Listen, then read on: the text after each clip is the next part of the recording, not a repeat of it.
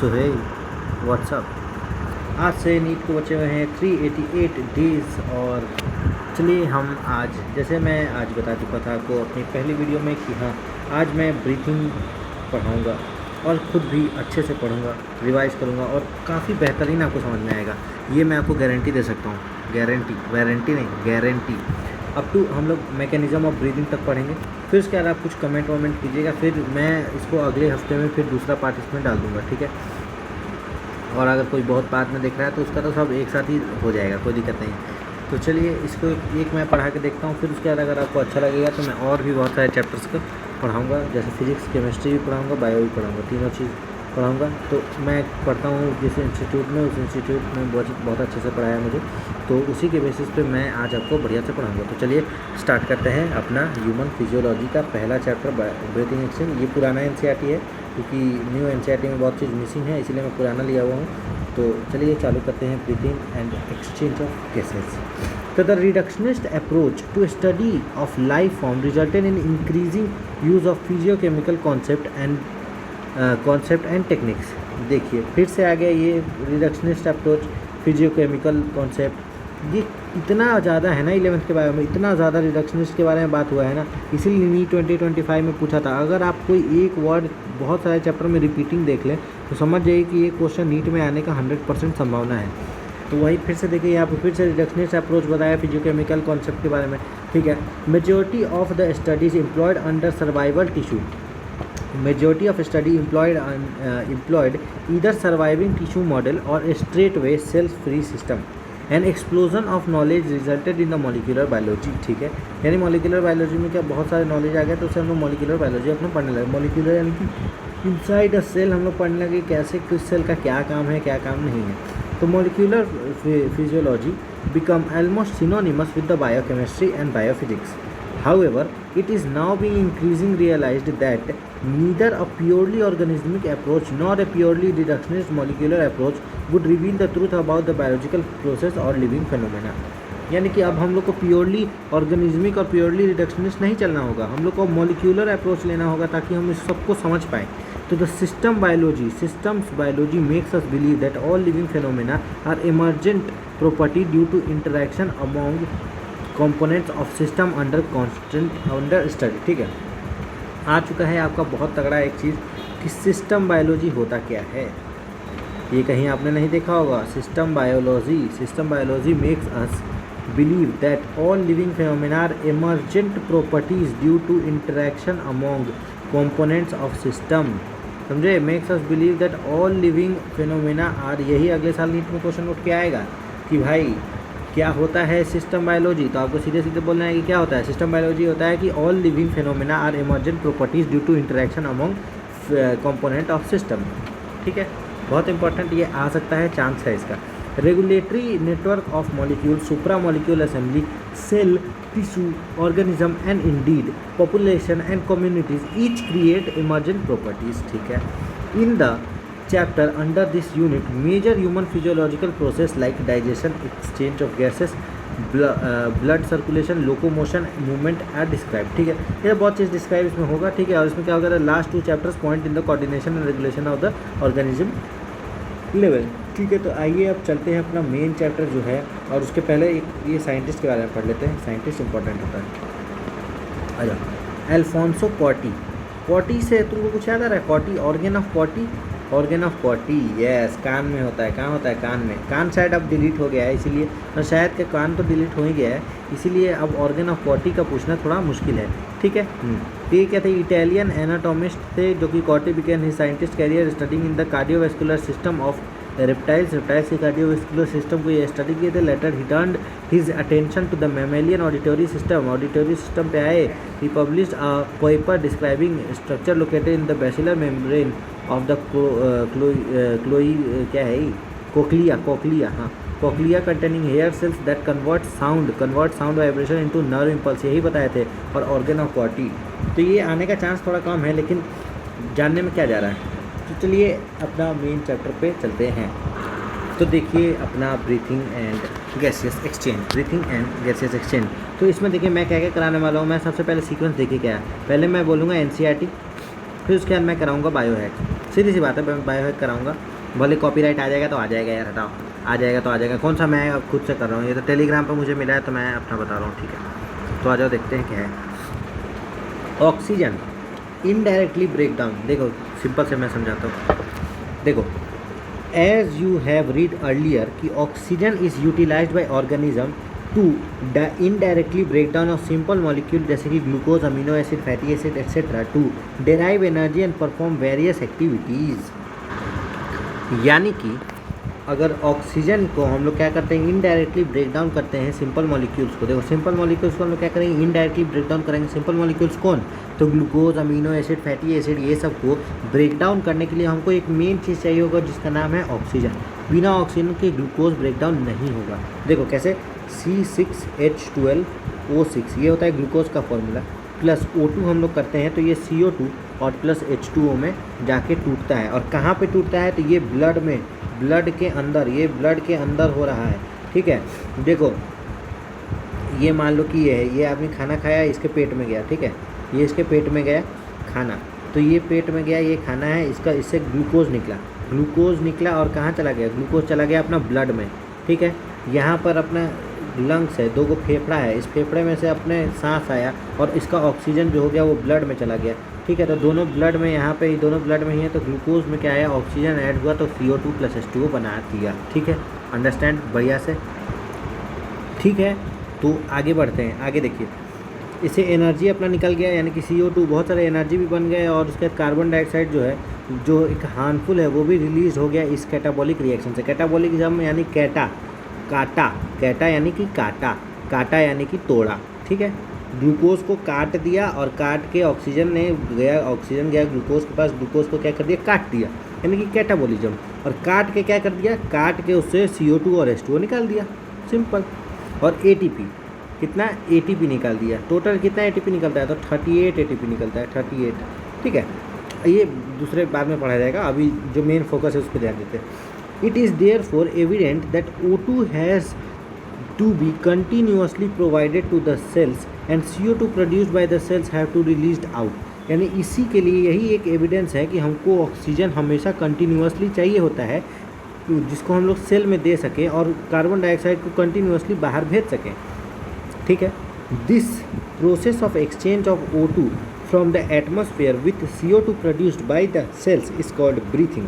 यानी कि यही एक्सचेंज ऑफ O2 और O2 को हम लोग एटमॉस्फेयर से ले रहे हैं और कार्बन डाइऑक्साइड में एटमॉस्फेयर में दे रहे हैं, इसको ब्रीथिंग बोलते हैं, जिसको कॉमनली कॉल्ड एज रेस्पिरेशन। ये बिल्कुल गलत लाइन एनसीईआरटी लिख दिया है, गलत तो नहीं कहेंगे, लेकिन यहाँ पे ब्रीथिंग नहीं होगा, इस कॉल्ड डायरेक्ट रेस्पिरेशन होगा, इसको रेस्पिरेशन कहते हैं, ठीक है। ये पूरे प्रोसेस को रेस्पिरेशन कहते हैं। ब्रीथिंग क्या होता है, ब्रीथिंग इज बस सांस लेना और सांस छोड़ना, ठीक है। सांस लेना यानी इनहेलेशन और सांस छोड़ना माने एक्सहेलेशन, बस यही होता है ब्रीथिंग, ठीक है। रेस्पिरेशन होता है, इसका जो मेन पार्ट होता है वो होता है रेस्पिरेशन। तो आज मैं आपको ब्रीदिंग के बारे में अच्छे से पढ़ा दूंगा और उसके बाद मैकेनिज्म ऑफ ब्रीदिंग तक मैं पूरा पढ़ा दूंगा डिटेल में, और उसके बाद जो होगा वो एक्सचेंज पार्ट वाली बात बाद में आएगी, ठीक है। आ जाओ देखते हैं। Place your hands on your chest, you can feel the chest moving up and down, you know that due to the breathing। and how do we breathe? The respiratory organ and the mechanism of breathing are described in the following section of this chapter। तो हम लोग देखो यहाँ तक पढ़ेंगे mechanism breathing तक, फिर उसका exchange of gases, transport of gases, regulation of respiration और डिसऑर्डर्स जो है, ये सब छोटा मोटा पार्ट है। ये एक ट्रांसपोर्ट ऑफ गैसेस इंपॉर्टेंट है, एक एक्सचेंज ऑफ गैसेस इंपॉर्टेंट है, ये सब आलू बात है, इसको बढ़िया से समझा देंगे, बहुत मस्त है, मज़ा आ जाएगा। तो आइए देखते हैं पहले हम लोग रेस्पिरेटरी ऑर्गन्स। कोशिश रहेगा कि आधे घंटे के अंदर ख़त्म कर दूँ, मतलब लगभग 45 मिनट लग सकता है, 45 मिनट्स के अंदर ये पूरा निपट जाएगा, ये पूरा वीडियो। देखिए, mechanism of breathing very among different groups of animal depending mainly on their habitat and level of organisation. जैसे लोअर इनवर्टिब्रेट जैसे कि स्पॉन्जेस, सिलोमेट्स, फ्लैटवर्म्स एक्सेट्रा, ये सब एक्सचेंज करते हैं O2 को bye simple diffusion, simply diffusion से करते हैं over their entire body surface, पूरे बॉडी सरफेस पे, ठीक है। जितना भी उनका बॉडी सरफेस है, जैसे स्पॉन्जेस हो गया है, मान लो ये स्पॉन्जेस है, ये आपने देखा होगा ऐसे ऐसे ये स्पॉन्जेस होते हैं, तो ये स्पॉन्जेस के ऊपर जो होगा, ये इस बॉडी सरफेस से ये पूरा जितना भी पूरा बॉडी सरफेस जितना भी दिख रहा है, बस इस सारे बॉडी सरफेस से अपना ये करेगा। फ्लैटवर्म्स जो होंगे, फ्लैटवर्म्स, ठीक है, उसका ये पूरा बॉडी सरफेस के ऊपर क्या होगा, अपना एक्सचेंज ऑफ गैसेस होते रहेंगे, ठीक है। आगे देखो क्या है, आगे देखो कि तो मॉइस्ट क्यूटिकल होता है, और इंसेक्ट को नेटवर्क ऑफ ट्यूब्यूल जिसको हम लोग ट्रैकियल ट्यूब्स कहते हैं, to transport atmospheric air within the body. देखो अर्थवॉर्म्स जो होते हैं, अर्थवॉर्म्स इसके पास क्या होता है, मॉइस्ट क्यूटिकल, यानी कि जो क्यूटिकल होता है वो स्किन होता है, और स्किन कैसा है, मॉइस्ट स्किन है। तो मॉइस्ट स्किन से ये क्या करते हैं, एक्सचेंज ऑफ गैसेस करते हैं, ठीक है। और इनका क्या था, इंटायर बॉडी सरफेस मॉइस्ट हो ना हो उससे कोई मतलब नहीं है, बस पूरा जितना बॉडी सरफेस है ये, और इनके जो और अर्थवॉर्म जो होता है उसमें मॉइस्ट क्यूटिकल से करते हैं, ठीक है। उसके बाद देखो नेटवर्क ऑफ ट्यूब्यूल को हम लोग ट्रैकियल ट्यूब्स कहते हैं, और फिर उसके बाद देखो ये कौन इंसेक्ट करता है, ट्रैकियल ट्यूब से इंसेक्ट करता है, ठीक है। उसके बाद देखो स्पेशलाइज्ड वेस्कुलराइज्ड स्ट्रक्चर जिसको गिल्स बोलेंगे। देखो बहुत इंपॉर्टेंट पार्ट, बहुत ही ज़्यादा इंपॉर्टेंट, कि स्पेशलाइज्ड वेस्कुलराइज्ड स्ट्रक्चर ये होता है गिल्स, जिसमें ब्रैंकियल रेस्पिरेशन होता है। क्या होता है, ब्रैंकियल रेस्पिरेशन।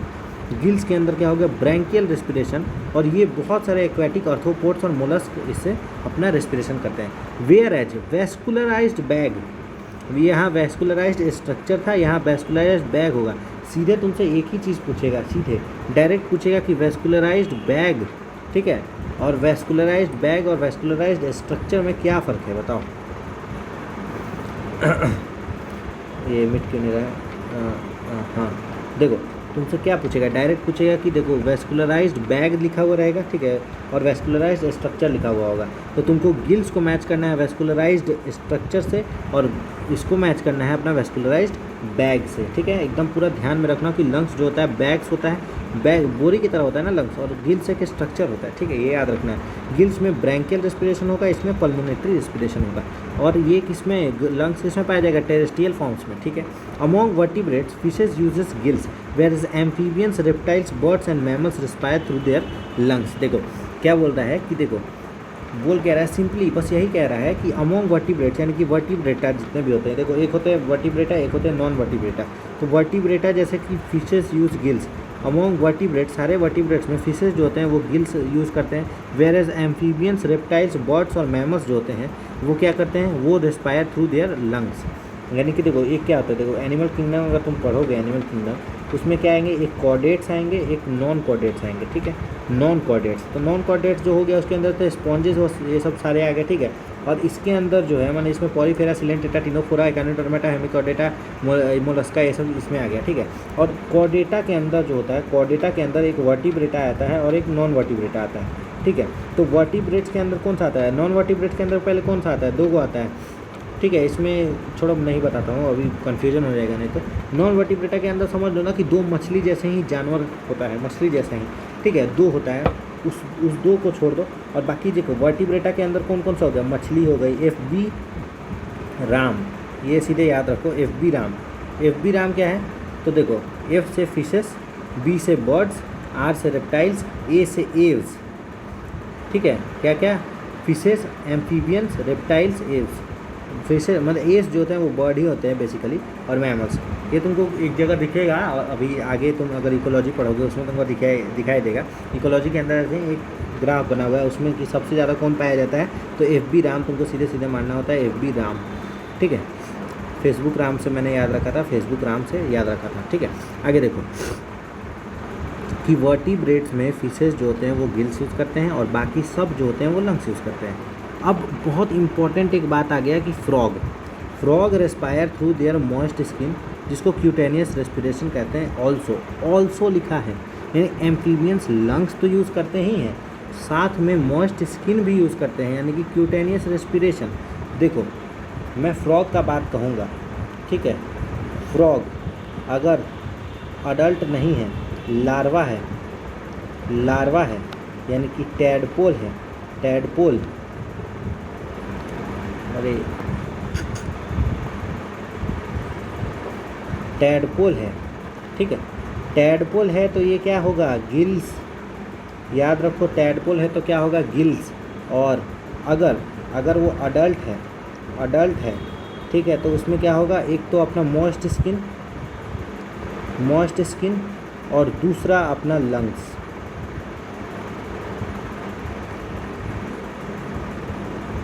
मॉइस्ट स्किन और लंग्स, ये बहुत ज़्यादा इंपॉर्टेंट ये क्वेश्चन है कि टैडपोल किससे रेस्पिरेशन करता है, तो सीधे आपको बोलना है गिल्स, आंख बंद करना है और गिल्स पे टिक मार देना है। क्यों? क्योंकि टैडपोल जब छोटा छोटा होता है तो कहाँ रहता है? पानी में रहता है, वो बाहर नहीं आता है, इसीलिए उसको क्या होता है? गिल्स चाहिए होता है।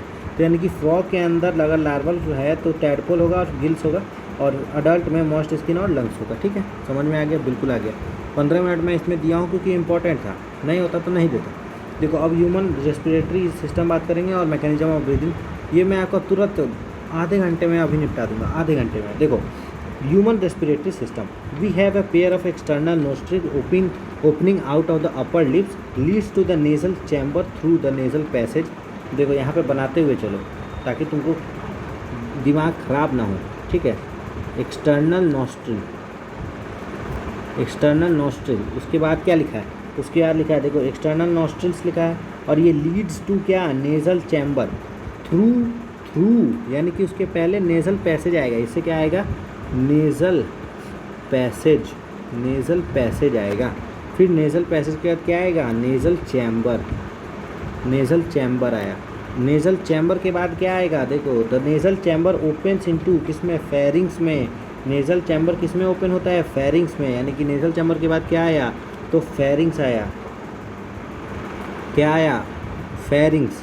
और अगर मोर स्पेसिफिकली बात करें अगर ब्रीथिंग के लिए, तो इसमें जो होता है फेरिंग्स कौन सा होता है? नेज़ोफेरिंग्स। ठीक है, मोर स्पेसिफिकली अगर इस चैप्टर की बात करें तो नेज़ोफेरिंग्स, और एक होता है दूसरा, दो तरीके के फेरिंग्स होते हैं, एक ओरोफेरिंग्स, एक नेज़ोफेरिंग्स। तो ओरो जो होगा, ओरल वाला जितना भी होगा उसके लिए ओरोफेरिंग्स, और इसके लिए नेज़ल फेरिंग्स। ठीक है, उसके बाद देखो फेरिंग्स ओपन थ्रू लैरिंग्स। ठीक है, रीजन इनटू ट्रैकिया, यानी कि देखो यहाँ भी थ्रू था, यहाँ भी थ्रू है। देखो यहाँ भी थ्रू था और यहाँ भी थ्रू है, लेकिन दोनों में अर्थ अलग आ गया। देखो बहुत घुमा के लिखता है एनसीईआरटी, सीधे लिख देना चाहिए, नहीं लिखेगा वैसे, वो तो अगर लिख दिया तो बेवकूफ़ बन जाएगा। ठीक है, देखो pharynx opens through the larynx region into the trachea, यानी कि लैरिंग्स होते हुए वो ट्रैकिया में इंटर करता है, ये कह रहा है। ठीक है, तो फेरिंग्स कहाँ गया? लैरिंग्स में, और लैरिंग से कहाँ गया? ट्रैकिया में। ठीक है, और इस दोनों के बीच में क्या होता है? ये दोनों में क्या होता है? ट्रैकिया। ये सब में तुमको पाया जाएगा, मतलब अभी आगे भी देखेंगे अगर ब्रोंकाई ये सब में, तो अप टू सेकेंडरी ब्रोंकियोल अपने पास क्या होता है? C shaped cartilaginous rings. ठीक है, ये भी बताया जाएगा, सी शेप्ड कार्टिलेजिनस रिंग्स। और ये कार्टिलेजिनस रिंग्स क्या करते हैं? सी शेप्ड कार्टिलेजिनस रिंग क्या क्यों होते हैं? तो पहले देखो डायग्राम समझो, ये देखो ये डायग्राम है। ठीक है, ये इधर से आया। ठीक है, ये देखो ये वाला जो है, ये वाला पार्ट, ये वाला जो पूरा पार्ट है, ये वाला, ये है अपना क्या? ये है अपना सांस वाला नली। और ये वाला कौन सा नली है? ये है अपना खाना खाने वाला नली, यानी कि ईसोफेगस। यानी ये हो गया अपना दो गो, ये ढंग से देखो, एक ये ट्यूब है और एक ये भी ट्यूब है साथ में ही। ठीक है, तो ये हो गया अपना ईसोफेगस। तो अगर ईसोफेगस है, इसीलिए हमको सी शेप बनाना पड़ रहा है, ताकि इसके दीवार को हमको नहीं कुछ करना पड़े, मुझे सिर्फ अपने दीवार को सुरक्षा देना है। ठीक है, तो इसके लिए इसके ऊपर लगाते हैं सी शेप रिंग्स, ताकि ये क्या हो? कोलैप्सिंग से बचे, कोलैप्स ना हो जाए ये। ठीक है, कोलैप्सिंग से बचे कौन? ट्रैकिया, लैरिंग्स, ब्रोंकाई, ये सब कोलैप्सिंग से बचे। कोलैप्सिंग यानी कि चिपक नहीं जाए भाई। अगर तुम सांस खींचोगे, अगर बोतल को लो और ऐसे करके ऐसे खींचोगे तो बोतल पिचक जाता है ना भाई, तो इसको पिचकना नहीं है भाई। अगर सांस अगर ये खींच रहा है अगर अंदर, तो ये पिचक गया तो तुम मौत को प्राप्त हो जाओगे। नाक जैसे तुम अपना बंद कर लेते हो खुद से, तो अगर नाक तुम खुद से बंद कर लेते हो तो सांस नहीं आता है ना, वैसे ही अगर इसमें भी सी शेप ड्रिंक्स नहीं होगा तो इसको भी सांस नहीं जाएगा। क्यों? क्योंकि ये कोलैप्स कर जाएगा। ठीक है, इसीलिए कहते हैं कि इसमें ज़रूरी होता है। उसके बाद देखो लैरिंग्स is a cartilaginous box which help in sound production and hence called sound box. इसको हम लोग साउंड बॉक्स भी कहते हैं। ठीक है, यहाँ लिख लो तुम साउंड बॉक्स। ठीक है, बहुत इंपॉर्टेंट बात चल रहा है, आराम से ध्यान से सुनो, बहुत मजा आएगा। लैरिंग्स जो हो गया वो साउंड बॉक्स हो गया, कार्टिलेजिनस बॉक्स होता है। ठीक है, बढ़िया है। आगे देखो ड्यूरिंग सैलोइंग, यानी कि घोटो, कुछ घोटो, पानी घोटो, थूक घोटो, जो भी है उसको घोटो, तो देखोगे कि सैलोइंग के समय यानी कि घोटने के समय जो ग्लॉटिस होता है उसको कवर कर दिया जाता है एक थिन इलास्टिक कार्टिलेजिनस फाइबर, जिसको हम लोग एपीग्लॉटिस कहते हैं। ठीक है, घोटने के दौरान ग्लॉटिस को कवर कर दिया जाता है, covered by thin elastic cartilaginous flag, जिसको हम लोग एपीग्लॉटिस कहते हैं। क्यों? क्योंकि उसको एंट्री ऑफ फूड से प्रिवेंट करना है। लैरिंग्स में फूड का एंट्री ना हो जाए, इसीलिए उसको प्रिवेंट करना है। उसके बाद देखो trachea is a straight tube, trachea क्या है कि स्ट्रेट ट्यूब है, extending up to the mid thoracic cavity which divides at the level of fifth thoracic vertebra into right and left primary bronchi. क्या बोला ढंग से देखो कि ट्रैकिया क्या है, स्ट्रेट ट्यूब है, ठीक है समझ गया, स्ट्रेट ट्यूब है, कहाँ तक एक्सटेंड कर रहा है, extending up to mid thoracic cavity, ठीक है, एट जो कि डिवाइड करता है कहाँ, तो divide at level of fifth thoracic vertebra. अपने को याद है वर्टिब्रा, अगर तुम आगे देखोगे, ठीक है, तुम आगे देखोगे तो तुमको पता चलेगा लोकोमोशन और मूवमेंट में कि कितना ट्रैकिया होता है, कितना लंबर होता है, कितना क्या होता है, तो है ना।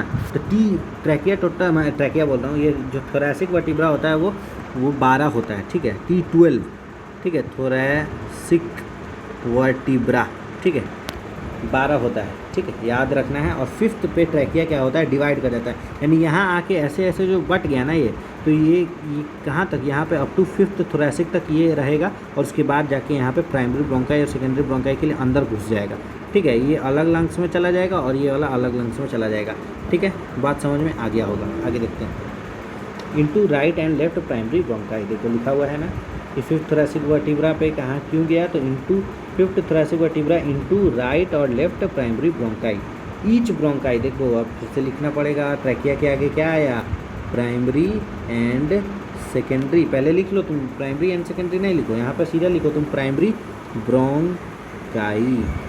प्राइमरी ब्रोंकाई से कहाँ जाएगा, तो सेकेंडरी ब्रोंकाई, और फिर सेकेंडरी ब्रोंकाई से कहाँ जाएगा, सब मैं बताऊंगा अभी, देखो आगे लिखा हुआ है, सब चीज़ लिखा हुआ है। प्राइमरी लेफ्ट और राइट प्राइमरी ब्रोंकाई में हो गया, each bronchi undergoes repeated division to form secondary and tertiary bronchi and bronchioles ending up in a very thin terminal bronchioles and bronchioles ending up in a very thin terminal bronchioles.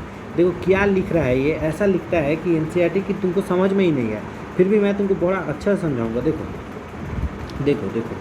तुमको कुछ नहीं, यहाँ पे देखो primary secondary bronchi में गया, फिर tertiary bronchi, उसके बाद क्या आएगा, टर्शियरी ब्रोंकाई के बाद क्या आएगा, प्राइमरी ब्रोंकियोल, और प्राइमरी ब्रोंकियोल के बाद क्या लिखा है, प्राइमरी ब्रोंकियोल के बाद कुछ नहीं लिखा है, तो प्राइमरी ब्रोंकियोल के बाद भी होता है क्या, secondary bronchiole, primary bronchiole, secondary bronchiole, और सेकेंडरी ब्रोंकियोल के बाद क्या होता है, तो अपना टर्मिनल ब्रोंकियोल, और टर्मिनल ब्रोंकियोल के बाद क्या होता है, रेस्पिरेटरी ब्रोंकियोल, ठीक है। तो देखो ये है प्राइमरी ब्रोंकियोल अगर बोलेंगे तो फिर ब्रोंकाई और ब्रोंकियोल में अपने को कन्फ्यूजन हो जाएगा, इसीलिए देखो अभी गलती हो गया थोड़ा कि यहाँ प्राइमरी ब्रोंकियोल नहीं, यहाँ पे हम लोग क्या बोलेंगे, यहाँ हम लोग बोलेंगे प्राइमरी ब्रोंकियोल के बदले, यहाँ तो प्राइमरी ब्रोंकाई हो गया, सेकेंडरी ब्रोंकाई हो गया, टर्शियरी ब्रोंकाई हो गया, फिर यहाँ पे हम लोग प्राइमरी बोलेंगे तो दिक्कत हो जाएगा, तो हम लोग प्राइमरी के बदले क्या बोलते हैं, इनिशियल ब्रोंकियोल के बाद अपना क्या आता है, इनिशियल ब्रोंकियोल के बाद अपना आएगा टर्मिनल ब्रोंकियोल, है ना, टर्मिनल ब्रोंकियोल। क्या लिखा है कि bronchiole ending up to a terminal bronchiole, तो यहाँ क्या आ जाएगा, टर्मिनल ब्रोंकियोल। ये पूछा हुआ सीक्वेंस है एनसीईआरटी का, इसीलिए बोल रहा हूँ याद रखना है। और इसके बाद क्या आता है, रेस्पिरेटरी ब्रोंकियोल, याद रखना है तो रखो, नहीं रखना है तो नॉट रखो, और उसके बाद सीधे लिख लो एल्वुलर डक्ट जो होता है, और उसके बाद एल्वुलर डक्ट से कहाँ चल जाएगा, एल्वियोलाई, ठीक है, बस। उसके बाद देखो, अब ध्यान दो, यहाँ देखो, यहाँ पे क्या बोला कि each primary bronchi undergoes repeated division to form secondary और tertiary bronchi and bronchioles ending up to a very thin terminal bronchiole. The trachea primary, secondary and tertiary bronchi and the initial bronchiole, देखो यहाँ लिख दिया initial bronchiole, यहाँ लिख दिया are supported by incomplete cartilaginous rings. मैं बोला था ना, यानी कि यहाँ तक जो होगा, यहाँ तक अगर मैं बात करूँ, ये देखो यहाँ तक अगर मैं बात करूँगा, देखो गौर से देखना, बहुत अच्छा लगेगा तुमको कि देखो यहाँ से कहाँ गया ट्रैकिया, कहाँ गया, ये ट्रैकिया से, अरे गलत हो गया, टक टक टक टक टक टक टक टक टक टक टक टक टक टक टक, ठीक है। देखो क्या बोल रहा है कि हमको ट्रैकिया से लेकर के इनिशियल ब्रोंकियोल तक, ठीक है, ट्रैकिया से इनिशियल ब्रोंकियोल तक क्या होता है, C shaped cartilaginous rings, C shaped cartilaginous rings, ताकि वो क्या कोलैप्स ना करे। टर्मिनल ब्रोंकियल तो वैसे भी इतना थिन होता है कि वो कोलैप्स कर भी जाएगा तो उसको कोई फ़र्क नहीं पड़ेगा, क्योंकि यहाँ ये इतना जो होता है ये कंडक्टिंग पार्ट होता है, ये पूरा यहाँ नेज़ल पैसेज से लेकर के, मतलब कि ये पूरा एक्सटर्नल नोस्ट्रिल से लेकर के इनिशियल ब्रोंक्यूल तक क्या होता है, कंडक्टिंग पार्ट होता है। ये पूरा ये इतना जितना भी है ये सब मिला करके क्या हो जाता है, कंडक्टिंग पार्ट। ये क्या हो जाता है अपना कंडक्टिंग पार्ट, यहाँ लिख लो कंडक्टिंग पार्ट। और ये वाला जो होता है ये टर्मिनल से लेकर के एल्वुलाई डक्ट से, ये टर्मिनल ब्रोंकियल और एल्वुलर डक्ट और एल्वुलाई तीनों मिला करके क्या होता है, तीनों मिला करके होता है अपना क्या होता है, एक्सचेंज पार्ट बहुत पतला दुबला पार्ट होता है, बहुत पतला होता है। और इसमें क्या होता है, गैसियस एक्सचेंज होता है, इसीलिए इसके पिचक भी जाएगा तो उसको कोई दिक्कत नहीं होगा। ठीक है, आगे देखो, ईच ब्रोंकाइल अंडरगो, ये हो गया bronchial ending up to a very, ये अब पता चल गया। उसके बाद देखो उसके बाद क्या लिखा था कि ट्रैकिया से लेकर के primary bronchi, secondary bronchi, टर्शियल bronchi और इनिशियल ब्रोंकियल जो होता है वो supported by incomplete cartilaginous rings, जिसको हम लोग सी शेप्ड कार्टिलिजिनस रिंग्स भी कहते हैं। Each terminal bronchial give rise to a number of very thin irregular walled and vascularized bag like structure called alveoli। ठीक है, यानी कि क्या बोला कि देखो ईच टर्मिनल ब्रोंक्यूल से क्या हुआ, number of very thin irregular walled vascularised bag like structure called alveoli arise होता है। देखो मैं बोला था ना टर्मिनल ब्रोंक्यूल से एल्वुलर डक्ट और उसके बाद एल्वुलाई डक्ट भी है इसमें लिखा नहीं है। ठीक है, एल्वुलर डक्ट होता है।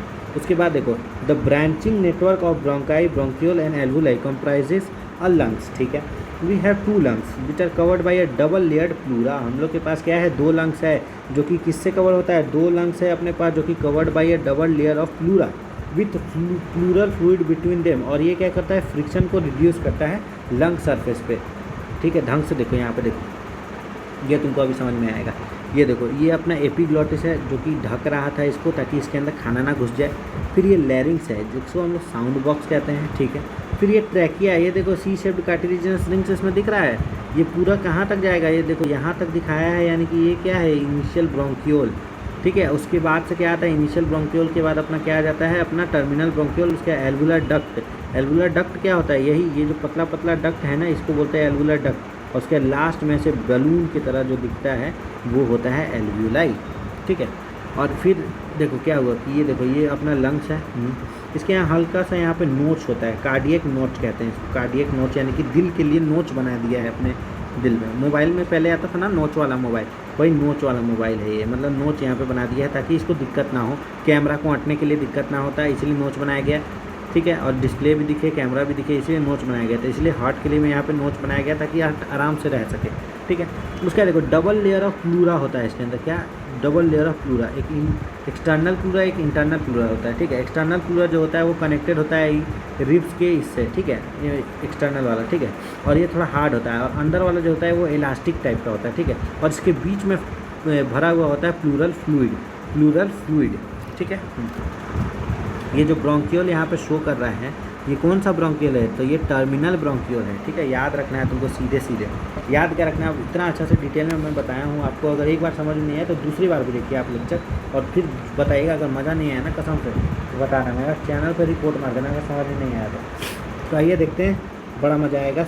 The outer pleural membrane is in close contact with the thoracic क्या मैं बोला ना अभी, thoracic lining, whereas the inner pleural membrane जो होता है वो कांटेक्ट किससे करता है, लंग सरफेस से। अभी बताया था मैं कि 2 को ऐसे लेयर बना हुआ रहता है, इसमें क्या एक्सटर्नल वाला जो होता है वो रिब्स और थोरैसिक लाइनिंग बोलते हैं इसको, रिब्स से या फिर थोरैसिक कैविटी में जाके ये होता है, और थोरैसिक लाइनिंग से अपना करता है, और इंटरनल जो होता है वो लंग सरफेस से करता है, और ये सॉफ्ट होता है। ठीक है, और inner pleural membrane is in contact with lung surface. The part starting with the external nostril up to the terminal bronchiole constitute conducting part, whereas alveoli and their duct form the respiratory और exchange part। देखो ये बात भी मैं बता दिया हूँ, क्या बता दिया हूँ कि पार्ट जो है starting with the external nostril up to terminal bronchiole, इसको हम लोग कहेंगे conducting part, whereas terminal bronchiole तक। ठीक है, whereas alveoli और their duct form the respiratory और exchange part। यहाँ पे एक गलती हो गया मेरे से, यहाँ पर देखो ये टर्मिनल ब्रोंकियल जो है वो एक्सचेंज पार्ट में नहीं आता है, इसमें एल्वुलाई और ये आता है। यहाँ पे टर्मिनल ब्रोंकियल नहीं है, रेस्पिरेटरी ब्रोंकियल होना चाहिए, तब जाके वो होगा। तो टर्मिनल ब्रोंकियल को मैं यहाँ से ये कर देता हूँ, काट देता हूँ, यहाँ पे हटा दो, ये एक्सचेंज पार्ट हो गया। कौन सा एक्सचेंज पार्ट हो गया? तो ये दोनों जो है अपना एक्सचेंज पार्ट हो गया, ठीक है, ध्यान रखना। और टर्मिनल ब्रोंकियल थिन होता है। आ जाओ आगे, आ जाओ आगे, आ जाओ आगे, आ जाओ। Alveoli and their duct form respiratory और एक्सचेंज पार्ट, ठीक है। The conducting part transports the atmospheric air to the alveoli, clears it from the foreign particle, humidifies and also bring the energy to body temperature। देखो the conducting part जो होता है, जैसे कि external nostril ये सब जो हो गया, कंडक्टिंग पार्ट का क्या काम है? तो कंडक्टिंग पार्ट क्या करता है? Transport atmospheric air into the alveoli, और इसको क्लियर करता है फॉरेन पार्टिकल से, उसके ह्यूमिडिफाई करता है और क्या करता है? Also bring air to body temperature तक लेके आता है, ठीक है। इसके लिए 3 शब्द अगर तुम कहोगे कि क्या क्या करता है, तो एक तो पहले क्लियर करेगा, दूसरा ह्यूमिडिफाई करेगा और तीसरा टेम्परेचर को मेंटेन करके रखेगा, ठीक है। उसके बाद देखो एक्सचेंज पार्ट का काम देखो। अब एक्सचेंज पार्ट जो है, एक्सचेंज पार्ट वो साइट होता है एक्चुअल डिफ्यूज़न का साइट यही है। ऑक्सीजन के एक्चुअल डिफ्यूज़न और कार्बन डाइऑक्साइड के एक्चुअल डिफ्यूज़न बिटवीन ब्लड और एटमॉस्फेरिक एयर यही कराता है, ठीक है। कौन? एल्वुलाई। फिर देखो the lungs are situated in the thoracic chamber which is anatomically air tight chamber. Lungs जो होता है वो थोरैसिक चैम्बर में होता है, जो कि एनाटोमिकली एयर टाइट चैम्बर होता है। Thoracic chamber is formed dorsally by ventral column, ventrally by sternum or laterally by ribs, on the lower side by a dome shaped diaphragm. The anatomically setup of the lungs in the thorax is such that any change in the volume of thoracic cavity will be reflected to the lungs or pulmonary cavity. Such an arrangement is essential for breathing as well as we cannot directly alter the pulmonary volume। देखो और समझाता हूँ। देखो क्या बोला ढंग से देखो। लंग्स जो है वो क्या करता है? थोरैसिक चैम्बर में होता है। मैं बोला आपको पूरा थोरैसिक चैम्बर में होता है, ठीक है। वो थोरैसिक चैम्बर क्या होता है कि एयर टाइट चैम्बर होता है, जिसमें पूरा एकदम एयर टाइट है। जैसे कैसा डब्बा होता है ना एयर टाइट, वैसे ही डब्बा की तरह ये एयर टाइट है। उसमें थोरैसिक चैम्बर में डॉर्सली, देखो अब तुमको डॉर्सल मैं सिखाता हूँ कि कैसे होता है। मान लो कि ये आदमी है, ठीक है, ये आदमी है। देखो गौर से देखना बेटा, क्या है? ये आदमी है, ठीक है। इसका ये पिछवाड़ा है, ठीक है। और ये देखो ये आदमी है, ठीक है। इसका ये पैर हो गया, ये 2 पैर हो गया। ये इसका जो फूला हुआ पार्ट है ये पीछे से, तो ये जो है ये तुम देखोगे तो तुमको क्या दिख रहा है? ऐसा डी टाइप का दिख रहा है, इसीलिए ये क्या हो गया? डॉर्सली हो गया भाई, ये हो गया डॉर्सली। काफ़ी घटिया जो था लेकिन यही होगा। ये आगे जो होगा, आगे कुछ ऐसा मैं नहीं बोलूँगा, आगे कुछ वी टाइप का होगा, ठीक है। तो वी टाइप का जो होगा इसीलिए इसको बोलेंगे वेंट्रल। और साइड में क्या होता है? साइड में तुमको सीधे याद रखना है लैटेरल। ऐसे हाथ लंबा लटका हुआ रहता है ना, कहाँ लटका होता है? साइड में। तो हाथ लंबा है यानी कि एल टाइप का है हाथ, तो हाथ जब एल टाइप का है, हैंड है एल टाइप का, इसीलिए ये हो गया लैटरल। तो क्या हो गया? देखो क्या हो गया? ये जोक पे कोई बुरा नहीं मानेगा, ये भी वाले पे मैं पहले बता दे रहा हूँ। देखो इसमें क्या है कि देखो गौर से देखो, जो डॉर्सल है वो क्या है? डॉर्सल जो है वहाँ पे क्या है? स्टर्नम है, यानी कि पीछे जो है वो स्टर्नम है, ठीक है। वेंट्रल क्या है? डॉर्सल जो है वो है क्या? Vertebral column. यहाँ वर्टिब्रल कॉलम है, पीठ पे वर्टिब्रल कॉलम है, ठीक है। ये डी डॉर्सल याद रखना, बहुत इंपॉर्टेंट है। उसके बाद आगे देखो, आगे जो है ये आगे जो है वेंट्रली बाई स्टर्नम। यहाँ क्या है? स्टर्नम। यहाँ क्या है? स्टर्नम। वेंट्रल जो पार्ट है वो है स्टर्नम, और जो लैटरल है वो होगा रिब्स। लैटरल यानी ऐसे गया, ये क्या? फट्टी गया, यानी रिब्स गया, ठीक है। आगे देखो, और लोअर साइड में क्या होगा? ये लोअर साइड सबको याद होता है कि डोम शेप डायफ्राम, और यही डायफ्राम की वजह से बड़ा अच्छा सांस आता है। तो ये कहा कि the anatomically setup of lungs in thorax is such that any change in the volume of thoracic cavity will be reflected in the lungs pulmonary cavity, ठीक है। यानी कि कोई भी वॉल्यूम में चेंज होता है वो पूरे थोरैसिक कैविटी का जो पूरा पार्ट है उसको उसमें चेंज ये लेके आता है, ठीक है। आगे देखो such an arrangement is essential for breathing. ये बहुत एसेंशियल है ब्रीथिंग के लिए, और हम लोग डायरेक्टली इसको ऑल्टर नहीं कर सकते। पल्मोनरी वॉल्यूम से तो हम लोग ऑल्टर नहीं कर सकते हैं, ठीक है। आ जाओ अब इसमें देखते हैं हम लोग मेन ये वाला पार्ट पूरा, इसका जो डिटेल समरी है ये देखते हैं। देखो रेस्पिरेशन इन्वॉल्व्स फॉलोइंग स्टेप्स। क्या स्टेप्स? तो ब्रीदिंग और pulmonary ventilation by atmospheric air is drawn in and CO2 rich alveolar air released out, ठीक है। डिफ्यूजन ऑफ गैसेज O2 और CO2 अक्रॉस एल्वुलर मेम्ब्रेन, ठीक है। Transport of gases by blood, diffusion of O2 and CO2 between blood and tissue, utilization of O2 by cells by catabolic reaction and resultant release of CO2, cellular respiration। ठीक है, देखो समझो गौर से समझो क्या बोला देखो। ब्रीथिंग और पल्मोनरी वेंटिलेशन कैसे, बाई एटमॉस्फेयर एयर को अंदर लाता है। ब्रीदिंग या फिर पल्मोनरी वेंटिलेशन हम लोग कहते हैं। इसमें क्या हो गया, एटमॉस्फेरिक एयर पहले अंदर आया और CO2 वाला बाहर चला गया, ठीक है।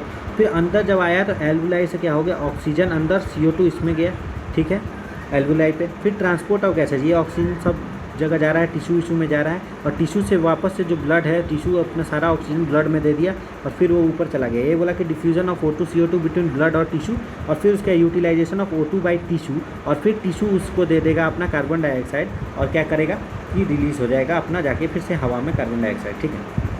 अब आ जाइए मैकेनिज्म ऑफ ब्रीदिंग पे। मैकेनिज्म ऑफ ब्रीदिंग बहुत छोटा टॉपिक है, यहाँ तक है, और ये कुछ टाइटल वॉल्यूम ये सब है, ये सब को मैं साथ में लेके चलूँगा या फिर अभी करा देता हूँ। बहुत आसान है, कुछ है नहीं, ठीक है। अभी ऐसा बता दूंगा कि मज़ा आ जाएगा। अगर 15-20 आधा घंटा आप और दें मुझे तो आपको मैं मज़ा दिला दूँगा, पूरा ज़िंदगी का अखंड मज़ा करा दूँगा, ठीक है, अखंड मज़ा। देखो मैकेनिज्म ऑफ ब्रीदिंग क्या है, देखो मैकेनिज्म ऑफ ब्रीदिंग यानी ब्रीदिंग के पास 2 स्टेप होते हैं, एक तो इंस्पायरेशन और दूसरा एक्सपायरेशन। इंस्पायरेशन यानी कि एटमॉस्फेयर ड्रॉन इन, और एक्सपायरेशन यानी कि एल्वुलर एयर रिलीज्ड आउट। बहुत इंपॉर्टेंट है ये। तुमको लग रहा होगा ये तो चुन्नू मुन्नू है, लेकिन यही पूछेगा कि atmospheric air is drawn in और atmospheric air is released out अगर बोल दिया ना तुमको एक्सपायरेशन में, तो तुम्हारा वहीं पे लाल हो जाएगा, समझे। तो सीधी सी बात है, देखो क्या alveolar air is released out, alveoli का एयर को हम लोग आउट करते हैं और एटमॉस्फेरिक एयर को हम लोग इन करते हैं। ये इंपॉर्टेंट चीज़ है, नहीं वहाँ पे अगर याद आया ना तो लाल हो जाएगा तुम्हारा, एक क्वेश्चन चला जाएगा और तुम लला जाओगे वहीं पे, एकदम तिलमिला जाओगे बेटा, ठीक है। देखो the movement of air into and out of the lungs is carried out by creating a pressure gradient between the lungs and the atmosphere. यानी कि movement of air into and out of the lungs is carried out by creating a pressure gradient between lungs and atmosphere. यानी कि जैसे देखो हवा का अंदर आना और बाहर जाना किस पे डिपेंड करता है, प्रेशर पे करता है। प्रेशर कैसे आएगा, तो बताओ मुझे कैसे आएगा प्रेशर। तो देखो बाहर में प्रेशर है, अपना लंग्स है ये, ठीक है। इसका हम लोग एरिया बढ़ा देते हैं, सांस ऐसे लेते हैं ना तो हम लोग क्या इसका एरिया बढ़ा देते हैं, और हमको पता है force upon area is equals to pressure होता है, हमको पता है। तो एरिया बढ़ा यानी कि प्रेशर क्या हो गया अंदर का कम, और बाहर का एटमॉस्फेरिक प्रेशर 1 ATM है, तो ये अंदर आना चाहेगा, पूरा आना चाहेगा, क्यों नहीं आना चाहेगा, आना चाहेगा तो ये अंदर घुस गया। उसके बाद क्या हो गया, यहाँ का प्रेशर बढ़ गया, एरिया कम हो गया, समझे। यहाँ पे आ गया प्रेशर बढ़ गया, एरिया कम हो गया। फिर उसके बाद क्या हो गया, बाहर का प्रेशर से अंदर का प्रेशर ज़्यादा हो गया। अब फिर क्या होगा, इसके बाहर फिर निकलेगा, ठीक है। यही कहा है, अभी पूरा देखो समझाता हूँ, बहुत मस्त मज़ा आएगा। देखो क्या है कि इसको थोड़ा सा एक छोटा करो। देखो movement of air into and out of the lungs is carried out by creating a pressure gradient between lungs and the atmosphere. Inspiration can occur if pressure within the lungs यानी intrapulmonary pressure is less than atmospheric pressure. Inspiration कब होगा, जब area बढ़ेगा, ठीक है, यानी कि अंदर का प्रेशर कम होगा और बाहर का प्रेशर ज़्यादा होगा, तभी ना अंदर आएगा। तो इंस्पिरेशन के लिए हम लोग क्या करते हैं, डायफ्राम मसल को ऐसे पूरा कॉन्ट्रैक्ट कर देते हैं, नीचे छोड़वा देते हैं, रिब्स को बाहर कर देते हैं ताकि हम लोग के अंदर सांस आ पाए, समझे। ऐसे मैकेनिज्म होता है, ठीक है। उसके बाद देखो देयर इज ए निगेटिव, क्या बोल रहा है, negative pressure in the lungs with respect to atmospheric pressure. ये याद रखना है कि निगेटिव प्रेशर होता है लंग्स में एटमॉस्फेयर के मुकाबले, यानी कि निगेटिव प्रेशर इन लंग्स यानी कि लंग्स के अंदर क्या हुआ, प्रेशर कम हुआ, और एटमॉस्फेयर में प्रेशर क्या हुआ, ज़्यादा हुआ। सिमिलरली एक्सपायरेशन का क्या मतलब, एक्सपायरेशन टेक्स प्लेस जब इंट्रापल्मोनरी प्रेशर जब ज़्यादा होगा, यानी कि अंदर में सांस ज़्यादा फूल गया तो हमको बाहर छोड़ना होगा ना, तो इसीलिए होता है एक्सपायरेशन। और इसमें क्या होता है, एटमॉस्फेरिक प्रेशर से इंट्रापल्मोनरी प्रेशर ज़्यादा होता है। Diaphragm and specialized set of muscle, जिसको एक्सटर्नल और इंटरनल इंटरकोस्टल मसल कहते हैं, between ribs help in generating such gradient. कौन इस ग्रेडियंट को कौन कंट्रोल करता है, डायाफ्राम।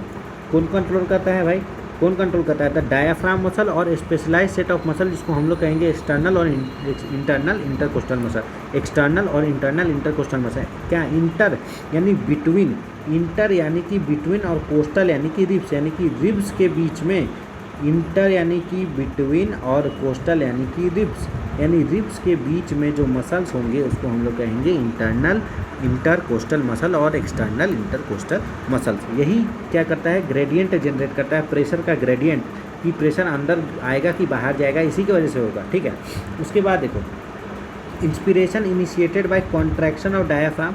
इंस्पिरेशन में क्या होगा, कॉन्ट्रैक्शन ऑफ डायाफ्राम, जिससे क्या होगा, increase in the volume of thoracic chamber in antero posterior axis. क्या बोला मैं, एंटीरियो पोस्टीरियर। देखो एंटीरियर पोस्टीरियर मैं बता चुका हूँ, ठीक है, मतलब नहीं बताया उस वाले में, लेकिन पहले मैं देखो बता देता हूँ। ऊपर पी, नीचे नीचे एंटीरियर, ऊपर पोस्टीरियर। एंट कहाँ चलती है, ज़मीन पे चलती है, चींटी ज़मीन पे चलती है। पी से क्या, पंछी, पंछी आसमान में होता है, तो पंछी या पंखा जो भी तुम हो वो कहाँ, ऊपर होता है, तो ऊपर होता है, तो पी फॉर पंखा, ए फॉर एंट, एंट ज़मीन पे चलेगी, पी से पंखा ऊपर टंगेगा, तो पी क्या हो गया अपना पोस्टीरियर पार्ट, और ए क्या हो गया अपना एंटीरियर पार्ट। तो क्या बोला, एंटीरियो पोस्टीरियर, यानी कि ऐसे एक्सिस में क्या होता है अपना डायाफ्राम ऊपर नीचे यानी नीचे होगा तो क्या करेगा, प्रेशर बढ़ा देगा, ऐसे जूम हो जाएगा उसमें, जूम यानी प्रेशर बढ़ जाएगा। ठीक है, उसके बाद देखो the contraction of external intercostal muscle lifts of the ribs, यानी कि कॉन्ट्रैक्शन होगा किस में, एक्सटर्नल इंटरकोस्टल मसल में। एक्सटर्नल इंटरकोस्टल मसल में ये क्या करेगा, रिब्स को उठा देगा ऊपर।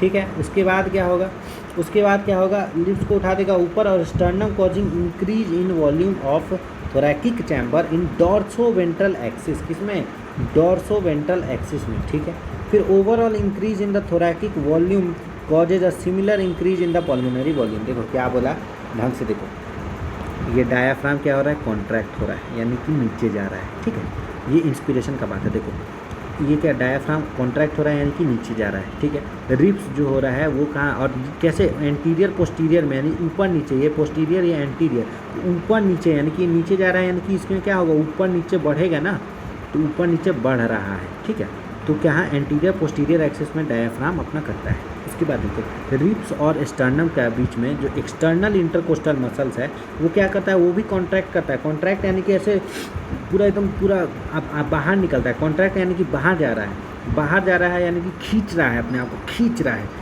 तो खींच के कहाँ ले गया, बाहर ले गया, खींच के बाहर ले गया, तो क्या हुआ, यहाँ पर ऐसे ऐसे बढ़ा प्रेशर वॉल्यूम, ये इधर गया, ये इधर गया, इधर गया, तो यानी कि ये क्या हो गया, ये किस एक्सिस में है, यहाँ पर डी है dorsal, D for dorsal, V for ventral, तो ये किसमें, डॉर्सो वेंट्रल एक्सिस में ये बढ़ता है, ऐसे ऐसे ऐसे ऐसे ये बढ़ता है डॉर्सो वेंट्रल एक्सिस में। कौन, तो वॉल्यूम बढ़ता है डॉर्सो वेंट्रल एक्सिस में। क्यों, क्योंकि एक्सटर्नल इंटरकोस्टल मसल अपना कॉन्ट्रैक्ट किया है। देखो इंटरनल नहीं याद रखना, इंटरनल इंटरकोस्टल मसल का अलग काम है, एक्सटर्नल इंटरकोस्टल मसल का अलग काम है, तो याद रखना एक्सटर्नल इंटरकोस्टल मसल। उसके बाद देखो इसी से overall increase in thoracic volume causes similar increase in the pulmonary volume, and increase in pulmonary volume decreases the intrapulmonary pressure to less than atmospheric pressure which forces the air move inside, मतलब move outside, मतलब air from outside move into the lungs, यानी कि inspiration हो गया।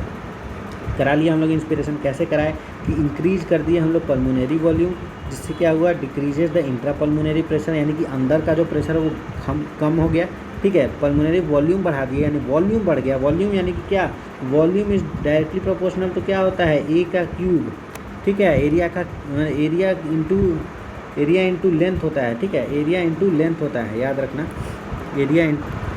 Area into length होता है। वो अब बैक हो गया था थोड़ा, लेकिन कोई बात नहीं, एरिया इंटू लेंथ होता है। उसके बाद देखो उससे क्या हो गया कि अपना उससे इंट्रापल्मोनरी प्रेशर क्या हो गया, less than atmospheric, intrapulmonary decreases the intrapulmonary pressure to less than atmospheric pressure, atmospheric pressure से कम हो गया। उसकी वजह से क्या होगा, air from outside move into the lungs, और इससे क्या हो गया, इंस्पिरेशन। उसके बाद देखो relaxation of diaphragm and intercostal muscle, यानी वो सब रिलैक्स कर गया, यानी ऊपर चढ़ गया तो क्या हो गया, डायाफ्राम और स्टर्नम देयर नॉर्मल पोजीशन, इसीलिए reduce in thoracic volume thereby pulmonary volume, और इससे क्या हो गया, leads to increase in intrapulmonary pressure gradient and slightly move the atmospheric pressure causing the expulsion of air from the lungs, that is expiration.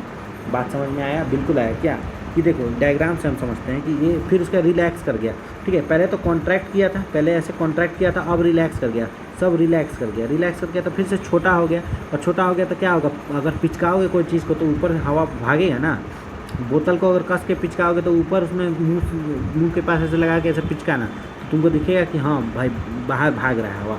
तो वही क्या हुआ, जो ये सब नॉर्मल पोजीशन पे अपना आया, इसके लिए कोई मेहनत नहीं लगता है, ये एक्टिव प्रोसेस है। लेकिन ये कोई एक्टिव प्रोसेस नहीं है, ये पैसिव प्रोसेस है, ये आराम से हो जाता है, कोई दिक्कत नहीं होता है, ये बिना किसी इसके हो जाता है। लेकिन इसमें दम लगता है, इसमें दम चाहिए, ठीक है। उसके बाद देखो, we have the ability to increase the strength of inspiration and expiration with the help of additional muscle in the abdomen. Abdomen के मसल के मदद से हम लोग क्या कर सकते हैं, हम लोग का ऐसा एबिलिटी है कि हम लोग अपना मतलब ability to increase the strength of inspiration and expiration के स्ट्रेंथ को हम लोग बढ़ा सकते हैं। कैसे? हेल्प ऑफ एडिशनल मसल, जिसको हम लोग एब्डोमिनल मसल कहते हैं, ठीक है। ऑन एन एवरेज एक हेल्दी ह्यूमन कितने बार ब्रीथ करता है? तो 12 से 16 टाइम 1 मिनट में सांस लेता है। तुम कभी सांस लेना तो गिनना कि कितने बार तुम सांस ले रहे हो, तो तुमको दिखाई देगा कि तुम 12 से 16 बार सांस ले रहे हो। वॉल्यूम ऑफ एयर, और ये नॉर्मल का बात हो रहा है, ठीक है, नॉर्मल का बात हो रहा है, इसका बात नहीं हो रहा है कि तुम दौड़ के आए हो तो तुम एक बार में 100 बार सांस ले लिए, ठीक है, वैसे नहीं, ये नॉर्मल का बात है, ठीक है। With volume of air involve in breathing movements can be estimated by using spirometer which helps in the clinical assessment of pulmonary function. ये तुमको याद रखना है, क्या स्पाइरोमीटर जो होता है वो एक इंस्ट्रूमेंट है जिससे हम लोग क्या कर सकते हैं, ब्रीदिंग के मूवमेंट को हम लोग एस्टिमेट कर सकते हैं। वॉल्यूम ऑफ एयर जो कि मतलब ये सीधे से याद रखना है, स्पाइरोमीटर याद रखो, ठीक है। तुमको क्या समझाने जाओ कि हाँ भाई क्या होता है, देखो वॉल्यूम ऑफ एयर जो है वो involve in breathing movements can be estimated by using spirometer, यानी कि कितना सांस तुम ले रहे हो कितना नहीं ले रहे हो, इसको हम लोग कैसे मेजर करेंगे। उसमें नहीं होता है, एक तुम देखते नहीं हो कि ऐसे एक मशीन चलता है, टू टू टू टू टू टू टू टू ऐसे करके एक ग्राफ वाला चलता है ना, उसमें सांस लेने का होता है। तुम अपने स्मार्ट वॉच अगर तुम्हारे पास होगा तो तुम उसमें भी देखोगे, उसमें तुमको पता चलेगा कि हाँ ऐसे हार्ट बीट ऐसे कैसे मेजर कर रहा है, वही मेजर करने वाला चीज़ है। उसके बाद देखो, अब बात करते हैं रेस्पिरेटरी वॉल्यूम और उसके कैपेसिटीज़ के बारे में, ठीक है। रेस्पिरेटरी वॉल्यूम और कैपेसिटी, इसमें क्या आएगा, टाइडल वॉल्यूम यानी कि हम लोग कितना आराम से जो सांस ले रहे हैं छोड़ रहे हैं ना, इसी को टाइडल वॉल्यूम बोलते हैं। सांस को लेना और सांस को छोड़ना आराम से, मतलब जैसे नॉर्मल सांस ले रहे हैं और छोड़ रहे हैं, उसको बोलेंगे हम लोग टाइडल वॉल्यूम। ये कितना होता है, 500 ml, ठीक है, सीधे याद रखना है कि 500 ml होता है, 500 ml। और हम लोग इंस्पायर एक्सपायर अप्रोक्सीमेटली 6000 से 8000 ml पर मिनट हम लोग एक्सपायर और इंस्पायर करते हैं। ये कैसे करते हैं, मल्टीप्लाई किए ना, तुम देखो ना कैसे मल्टीप्लाई किए कि 500 को अगर हम लोग मल्टीप्लाई कर रहे हैं किससे, 16 बार सांस लेने से, ठीक है, लगभग 16 बार या कितने, 12 से 16 बार है ना, तो 12 बार अगर मल्टीप्लाई कर देते हैं 500 को तो कितना आता है भाई, 6000 आएगा। और अगर 16 बार करेंगे तो 8000 आएगा, समझे। उसको करके तुम देखना मल्टीप्लाई, तुमको मिल जाएगा कि 1 मिनट में तुम कितना बार सांस, मतलब कितना लीटर तुम सांस लेते हो, तो 6 से 8 लीटर, ठीक है। उसके बाद देखो इंस्पिरेटरी रिजर्व वॉल्यूम, यानी कि अगर तुम सांस ले लिए, ऐसे नॉर्मल सांस ले लिए, उसके बाद तुम कितना और खींच सकते हो सांस, यानी कि तुम और कितना ज़्यादा सांस और ले सकते हो, उसको बोलते हैं इंस्पिरेटरी रिजर्व वॉल्यूम, ठीक है। फोर्सिबली इंस्पिरेशन कहते हैं, ठीक है। ये नॉर्मल रेस्पिरेशन और ये फोर्सिबली इंस्पिरेशन, ये क्या होता है, 2500 से 3000, ये याद रखना है, ठीक है। फिर एक्सपिरेटरी रिजर्व वॉल्यूम ERV, ये क्या होता है, 1000 से 1100, यानी कि फोर्सफुल एक्सपायरेशन, ठीक है। ये सीधे याद रखने वाला चीज़ है। यहाँ तक कहाँ तक, जब तक वॉल्यूम है, कैपेसिटी आएगा ना तो कैपेसिटी अलग चीज़ हो गया। देखो रेसिडुअल वॉल्यूम की बात करते हैं, तो ये है कि कितना तुम फोर्सिबली सांस छोड़ दिए, तो तुम्हारा पूरा लंग पिचक जाना चाहिए, लेकिन ऐसा नहीं होता। अगर पिचक जाएगा तो तुम्हारा मृत्यु लोक तुम प्राप्त कर लोगे, मतलब मृत्यु लोक में तो तुम हो, स्वर्ग लोक प्राप्त कर लोगे, ठीक है। हाँ, क्यों मैं बोलूँ कि नर्क प्राप्त करोगे, मैं बोलूँगा स्वर्ग प्राप्त करोगे, ठीक है। तो देखो रेसिडुअल वॉल्यूम वही होता है कि वॉल्यूम जो remaining in lungs even after a forceful expiration, ठीक है। ये कितना होता है, 1000 से 1200 ml, ठीक है। उसके बाद देखो अब हम लोग बात करते हैं नीचे में वॉल्यूम्स की। फ्यू रेस्पिरेटरी वॉल्यूम जो कि डिस्क्राइब हुआ है नीचे, ये वेरियस पल्मोनरी कैपेसिटी को ऐड करके बनता है, ठीक है। इसको बहुत सारे जितना भी कैपेसिटीज़ है, ये कैपेसिटी मतलब ये कैपेसिटीज़ जो है इसमें क्या होगा, वॉल्यूम जितने भी होंगे उसको ऐड करके बनाएंगे। जैसे इंस्पिरेटरी कैपेसिटी यानी कि हम लोग सांस लिए उसके बाद हम लोग कितना और सांस लिए थे, यानी कि टाइडल वॉल्यूम तो लिए ही, यानी कि नॉर्मल इंस्पिरेशन किए उसके बाद और कितना खींच लिए, तो 2500 खींच लिए। देखो 2500 हम लोग, देखो क्या हुआ, 500 टीवी था और ये कितना था, 2000 मतलब 2500 से 3000 था, ठीक है। तो 500 अगर इसमें ऐड करेंगे तो कितना आएगा, 3000 से 3500, यानी कि इंस्पिरेटरी कैपेसिटी कितना आएगा, 3000 से 3500। टीवी प्लस IRV होता है inspiratory capacity. Expiratory capacity same TV plus ERV कहेंगे, यानी कि कितना तुम सांस छोड़ने के बाद और कितना छोड़ सकते हो मैक्सिमम। तो ये कितना होगा, देखो टीवी था 500 और ये कितना था अपना 1000 से 1100, 1000 से 1100 था, तो तुम क्या बोल सकते हो कि ये अपना 1500 से 1600 होगा, और ये वाला कितना होगा, ये 3000 से अपना 3500 होगा। उसके बाद देखो functional residual capacity. Functional residual capacity यानी कि volume of air that will remain in the lungs after a normal expiration. Normal expiration के बाद कितना बच रहा है, ठीक है, तुम नॉर्मल एक्सपायरेशन किए और उसके बाद तुम कितना बच रहा है, यानी कि कितना बच रहा है, अगर तुम उसको जोड़ोगे तो कैसे तुमको पता चलेगा। देखो नॉर्मल एक्सपायरेशन किया यानी कि टाइडल वॉल्यूम को तुम छोड़ दिए, ठीक है, और टाइडल वॉल्यूम छोड़ने के बाद तुमको क्या बताया गया था कि तुम फोर्सफुल एक्सपीरेशन कर सकते हो। ऐसे पूरा फोर्सफुल एक्सपीरेशन किए, सांस पूरा कस के छोड़े, उसके बाद भी तुम्हारे अंदर रेसिडुअल वॉल्यूम बचा ना, तो दोनों को जब ऐड कर देंगे तो ये फंक्शनल रेसिडुअल कैपेसिटी बचेगा कि नॉर्मल टाइम में तुम्हारे अंदर में कितना सा फेफड़ा में कितना हवा भरा होता है, वही होता है फंक्शनल रेसिडुअल कैपेसिटी। तो ये कितना होगा, ERV क्या होता था 1000 से 1100, और ये कितना RV कितना होता था रेसिडुअल वॉल्यूम, तो ये 1100 से 1200 होता था, ठीक है। दोनों को अगर ऐड करेंगे तो लगभग मान लो कि तुमको 2500 तक होगा, लगभग मैक्सिमम 2500 तक होगा, मानो 2200 से 2500 मानो, 2200 से 2300 मानो, मैक्सिमम 2200 से 2300 मानो, ठीक है, या फिर 2500 मानो, ठीक है। उसके बाद देखो वाइटल कैपेसिटी के बारे में बात करते हैं। वाइटल कैपेसिटी होता है कि maximum volume of air a person can breathe in after a forceful expiration. ध्यान से समझो कि वाइटल कैपेसिटी क्या है कि maximum volume of air a person can breathe in after a forceful expiration. This includes ERV, TB और IRV।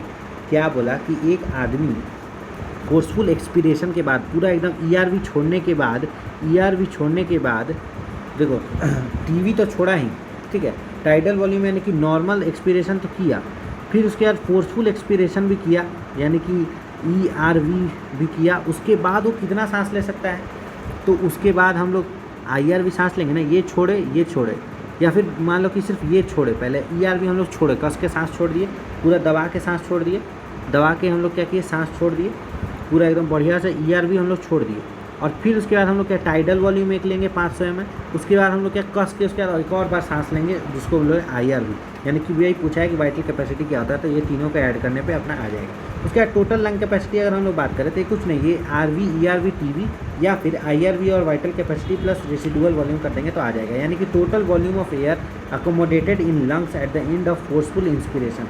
कस के सांस लेने के बाद कितना उसके अंदर पूरा हो रहा है। तो देखो कस के सांस लेते हैं तो हम लोग के पास क्या होता है, IRV होता है, हाँ, फिर उसका कस के सांस ले लिए, उसके बाद उसमें रेसिडुअल वॉल्यूम होगा, हाँ होगा, बिल्कुल होगा, क्यों नहीं होगा, रेसिडुअल वॉल्यूम, वो पूरा सब कुछ ऐसे मिला उला के जो है अपना बन जाता है टोटल लंग कैपेसिटी, ठीक है। तब तक अब हो गया अपना ये पूरा चैप्टर निपट गया। अब कर देते हैं हम लोग बायोहेड।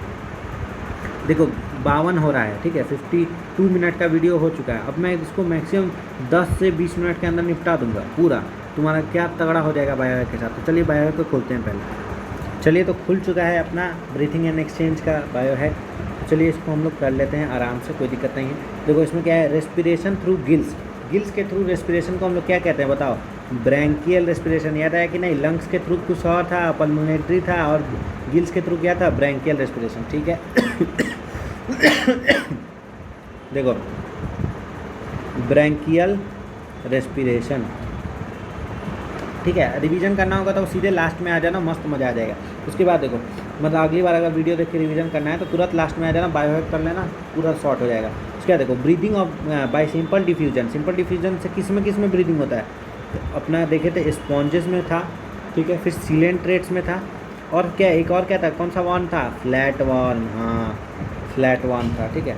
उसके बाद देखो अर्थवॉर्म ब्रीथ बाय, अर्थवॉर्म किससे ब्रीथ करता है भाई, याद करो ना, कुछ कोई क्यूटिकल था शायद, मॉइस्ट क्यूटिकल, हाँ मॉइस्ट क्यूटिकल बताया था ना, मॉइस्ट क्यूटिकल यानी थोड़ा गीला गीला रहता है ऐसा। फिर उसके देखो insect have a network of tubule, जिसको हम लोग क्या कहते हैं बताओ, क्या कहते हैं, ट्रैकियल ट्यूब। अब इसमें मालफिजियन ट्यूब्यूल मत बदलना, वो कॉकरोच का है, ठीक है, कॉकरोच का भी नहीं है, जिसका होगा उसके चैप्टर में बता दिया जाएगा आपको, ठीक है। ट्रैकियल ट्यूब आप सीधे याद रखिए, ट्रैकियल ट्यूब। उसके बाद देखो gills are used by, gills कौन कौन यूज़ करता है भाई, तो अपना एक्वेटिक आर्थ्रोपोड लिखा हुआ था उसमें, एक्वेटिक आर्थ्रोपोडा करता है, और कौन करता है, मछली जल की रानी है, उसका सिर्फ गिल्स होता है, फिशेस। और एक और कुछ था ना उसमें, क्या था बताओ? मोलस्का, मोलस्क, मोलस्क, ठीक है। उसके बाद देखो frog can also respire through skin, yes लिखा हुआ है, लास्ट लाइन एनसीईआरटी का यही है कि फ्रॉग अपना रिस्पायर करता है स्किन से। अब बता दो इस डायग्राम का, बता दो। देखो यही होता है बायो करने का फ़ायदा, डायग्राम में तुमको बड़ा मज़ा आएगा। ये देखो पहला सबसे ऊपर ये क्या है?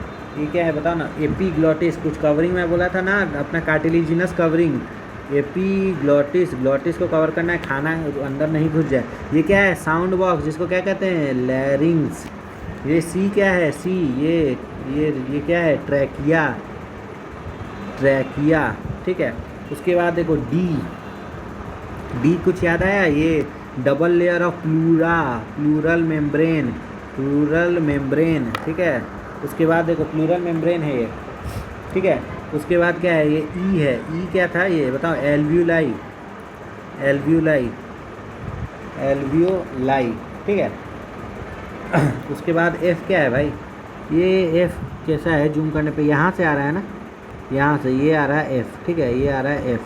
तो एफ है क्या अपना? एफ है अपना अंदर का चीज़। ये प्लूरल मेम्ब्रेन के अंदर क्या था? प्लूरल, एफ फॉर क्या? Fluid, pleural fluid, pleural fluid, ठीक है।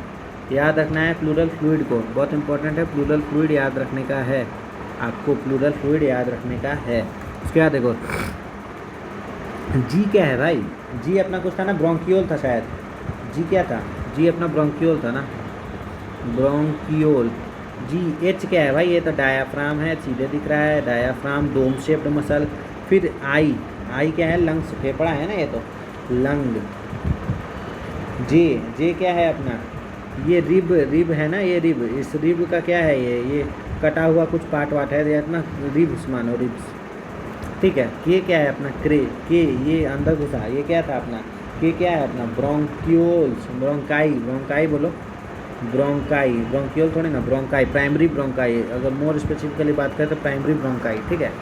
उसके बाद आ जा नेजल चैम्बर। अच्छा ब्रोंकाई का अपना ये भी होता है ब्रोंकस, ब्रोंकस बोलते हैं। ये क्या? सिंगुलर में ब्रोंकस, और ये प्लूरल होता है इसका, प्लूरल, मेरे को प्लूरल बोलने नहीं आता ढंग से। उसके बाद देखो nasal chamber opens into, nasal chambers कहाँ खुलता है बताओ? नेज़ोफेरिंग्स में, फेरिंग्स ओपन्स इनटू, देखो मैं बोला था ना नेज़ोफेरिंग्स कहेंगे, और एक होता है ईसोफेरिंग्स, एक ओरोफेरिंग्स होता है, एक नेज़ोफेरिंग्स होता है। तो इसमें फेरिंग्स लिख दो, ठीक है। Pharynx opens through dash into dash, देखो थ्रू बोला है, यानी कि किसके थ्रू? लैरिंग्स के थ्रू। कहाँ खुलता है? ट्रैकिया में। Dash is called sound box, तो लैरिंग्स को साउंड बॉक्स कहते हैं। लैरिंग्स इज अ मस्कुलर बॉक्स, नहीं कार्टिलेजिनस बॉक्स, ठीक है। एपीग्लॉटिस इज अ थिक और थिन, तो क्या था? थिन था ना, थिन कार्टिलेजिनस क्लैप, ठीक है। उसके बाद epiglottis prevent food entry into, कहाँ पे? इसमें बचाता है फूड को नहीं घुसने से, बताओ ना यार, बताओ। लैरिंग्स में, लैरिंग्स, LARYNX, लैरिंग्स में। ये सब नीट का क्वेश्चन क्या तगड़ा करके रखा हुआ है भाई, मज़ा आ रहा है एकदम। देखो क्वेश्चन देखते बन जाना चाहिए। Trachea divides at the level of 5th thoracic vertebra, name the structure which are supported by incomplete cartilaginous rings. कौन कौन सा था बताओ ना? तुमको मैं बोला था, देखो ट्रैकिया था, हाँ ट्रैकिया, फिर ट्रैकिया के बाद क्या आता है? प्राइमरी ब्रोंकाई, सेकेंडरी ब्रोंकाई, हाँ, फिर इनिशियल ब्रोंकियोल, ठीक है। और क्या था अपना? क्या था? इनिशियल ब्रोंकियोल, और कुछ छूट रहा है ना इसमें शायद, प्राइमरी, सेकेंडरी, अच्छा टर्शियरी ब्रोंकाई भी तो होगा, 3 डिग्री ब्रोंकाई, 5 को है ना, टर्शियरी ब्रोंकाई और initial INITIAL, initial bronchiole, initial bronchiole, ठीक है। और ये ट्रैकिया है। अगर एल्वुलाई हैव इरेगुलर वॉल होता है, हैं? बिल्कुल हाँ, इरेगुलर वॉल होता है। एल्वुलाई आर वेस्कुलराइज्ड स्ट्रक्चर, हाँ वैस्कुलराइज यानी बलून की तरह होता है क्या? हाँ होता है, बिल्कुल होता है। फिर dash is present between 2 layer of pleura, तो प्लूरल फ्लूइड बोलेंगे। प्लूरा इज अ सिंगल और डबल लेयर, क्या होता है भाई? प्लूरा अपना क्या होता है? डबल लेयर होता है कि सिंगल लेयर? तो डबल लेयर होता है ना, यहीं पे देखो, यहाँ दिख रहा है ना, ये डबल लेयर ऑफ प्लूरा है, ठीक है। उसके बाद देखो outer pleural membrane is in close contact with, outer pleural membrane किसके कॉन्टैक्ट में होता है बताओ ना यार? कुछ बोले थे ना, थोरैसिक लाइनिंग करके कुछ कहा था, थोरैसिक लाइनिंग, या फिर तुम उसको सीधे रिब्स भी अगर कहोगे, तुम देखोगे ना उसमें तो तुमको मिल जाएगा लाइनिंग, थोरैसिक लाइनिंग, अंदर MCQ में तुमको मिल जाएगा। प्लूरल फ्लूइड का फंक्शन क्या है? फ्लूइड फ्लूइड घर्षण से बचाता है, घर्षण से यानी कि फ्रिक्शन से बचाता है, ठीक है, फ्रिक्शन से उसका काम है, ठीक है, मेन उसका काम है फ्रिक्शन से। उसके बाद देखो फ्रिक्शन होने से बचाएगा यानी कि क्या करेगा, इसमें लुब्रिकेट कर देगा, लगभग लुब्रिकेट कर देगा ना, लुब्रिकेट। ऑयल डालते हैं क्यों, फ्रिक्शन से बचाने के लिए, इसलिए फ्लूइड फ्लूइड ऑयल की तरह काम करता है, लुब्रिकेशन की तरह, ताकि उसमें फ्रिक्शन ना हो, ठीक है। कंडक्टिंग पार्ट एंड्स एट, कहाँ तक एंड करता है, तो अपना कहाँ कंडक्टिंग पार्ट एंड करता है, टर्मिनल ब्रोंकियोल तक ना, टर्मिनल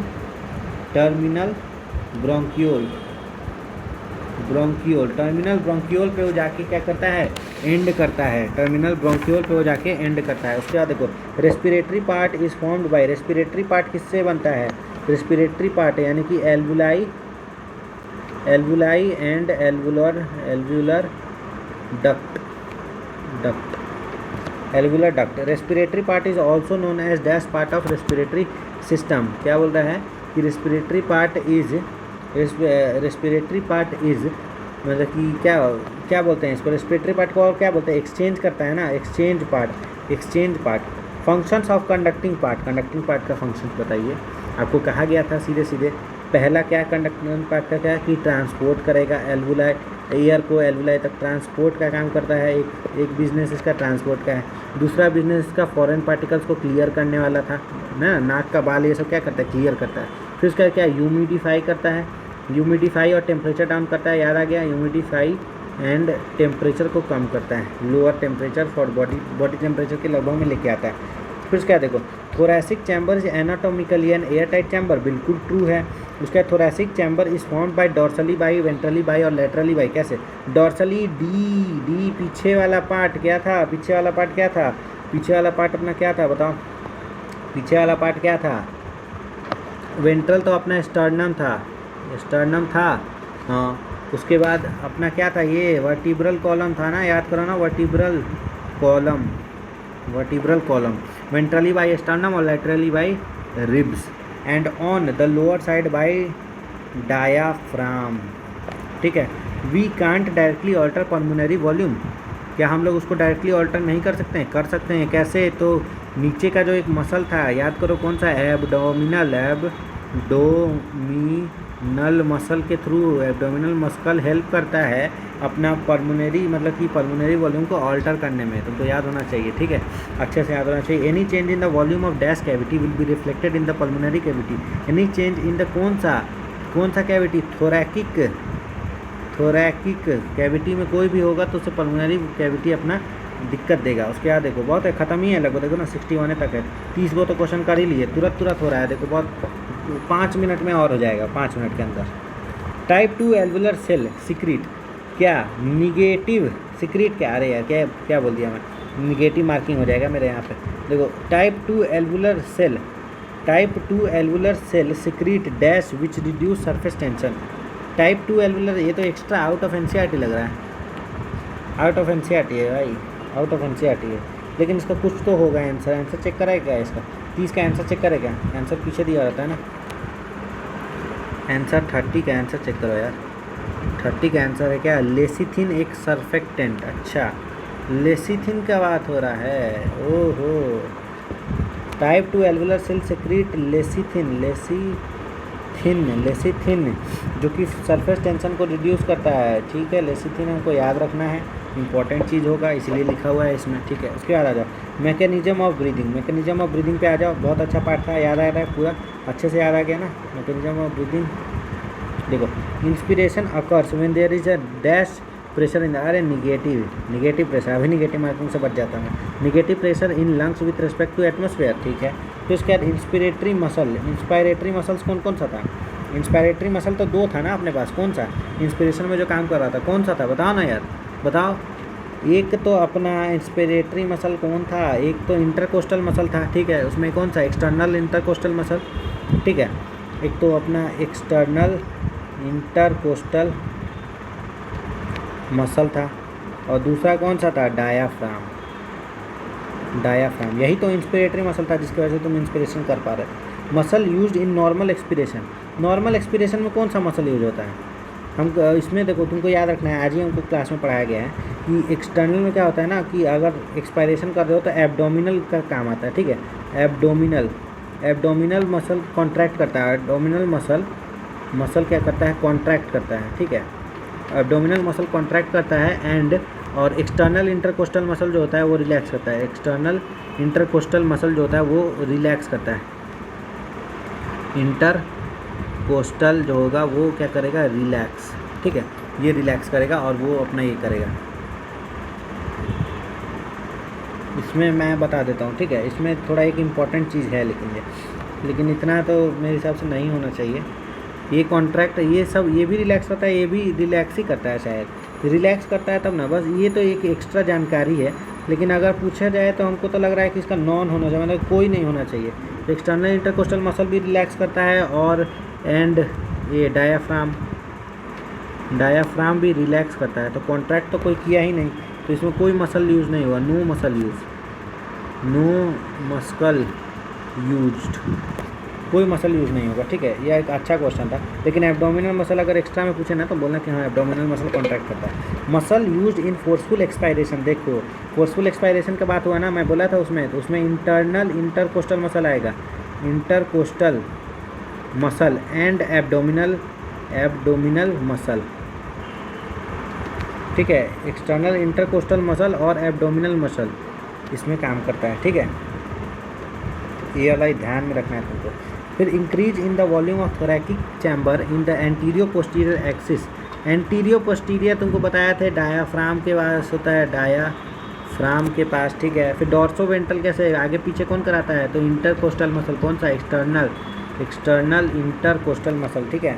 उसके बाद देखो external intercostal muscle lifts up rib, lifts up कौन, रिब्स और स्टर्नम को ऊपर उठाता है ना, याद करो ना, रिब्स और sternum. Breathing rate of healthy human कितना था, 12 से 16 पर मिनट था, याद करो 12 से 16 पर मिनट था। फिर volume of air involve in breathing में इन्वॉल्व होने वाला जो volume of air involve in breathing movement can be estimated by using spirometer, याद करो स्पायरोमीटर, मैं सीधे कहा था कि स्पायरोमीटर याद रखना है। Negative positive pressure breathing occurs in human, तो निगेटिव था ना, निगेटिव प्रेशर ग्रेडियंट की वजह से होता है ना निगेटिव। और 41 क्या है ये, 41 निगेटिव और पॉजिटिव प्रेशर ब्रीथिंग क्या फ्रॉग्स का तो नहीं पता है ना भाई। 41 का आंसर क्या है, फ्रॉग्स का तो पता ही नहीं है। ये कहाँ आ गया, ज़्यादा आ गया 41 negative respiratory volume and capacity, नहीं ये तो 41 क्या है, पॉजिटिव। अच्छा इसमें पॉजिटिव होता है, इसमें याद रखो कि पॉजिटिव होता है। इसमें क्या होगा, तुमको इसमें देखेंगे तो पॉजिटिव हो जाएगा, ठीक है। फ्रॉग्स में देखोगे तो पॉजिटिव हो जाएगा, इसको याद रख लो, कहीं ये काम का है इसीलिए यहाँ पे लिखा हुआ है, ठीक है। उसके बाद reserve volume and capacity, respiratory volume और उसकी कैपेसिटीज़ के बारे में बात करते हैं। आ जाओ, डिफाइन टीडी टाइडल वॉल्यूम यानी कि नॉर्मल रेस्पिरेशन में जो होता है वो। डिफाइन आईआरवी, ये आईआरवी क्या होता है, देखो, अरे हो जा लोड, हाँ देखो आईआरवी क्या होता है, आईआरवी होता है इंस्पिरेटरी रिजर्व वॉल्यूम, यानी कितना सांस तुम खींच सकते हो और फोर्सफुल इंस्पिरेशन से।